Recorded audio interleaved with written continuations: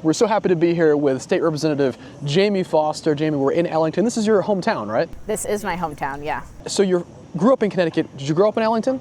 I did not. I grew up in Brookfield, Connecticut, but I very happily decided to raise my family in Ellington. I went to UConn with my husband, and when we were graduating from our degrees, Ellington was a good halfway point. We sort of found it serendipitously, and then we fell in love with the Ellington Farmers Market and the culture in the 57th district, where I feel like it's a little bit of like a taste of the Midwest almost here. Like when you walk around town and you say, "Hey, how's it going?" to somebody, they like wait to respond. And I grew up on the New York side of state, and the pace of things is a little faster there.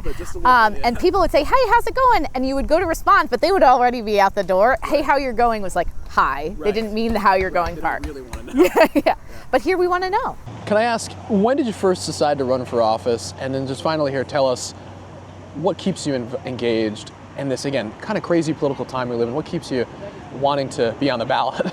Well, when I first ran for office, I felt like I was seeing a lot of things in my community bubble up in a way that I knew we were sort of on this moment where we could seize the opportunity and make a lot of investments in school improvement projects and in like public infrastructure like playgrounds and parks, or we could continue to try and move along the way we were. And I think the community's really benefited from seeing a big infusion of resources from the state government. And I've worked really closely with our federal delegation to bring that money back to the community.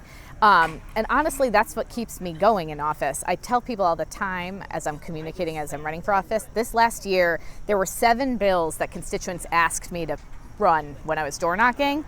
And 7 bills passed this last year that were constituent priorities. And that feels like a trend, like momentum. I want to keep going. Awesome. State Representative Jaime Foster, thanks so much. And thanks for recommending this coffee spot. Cheers. You're welcome.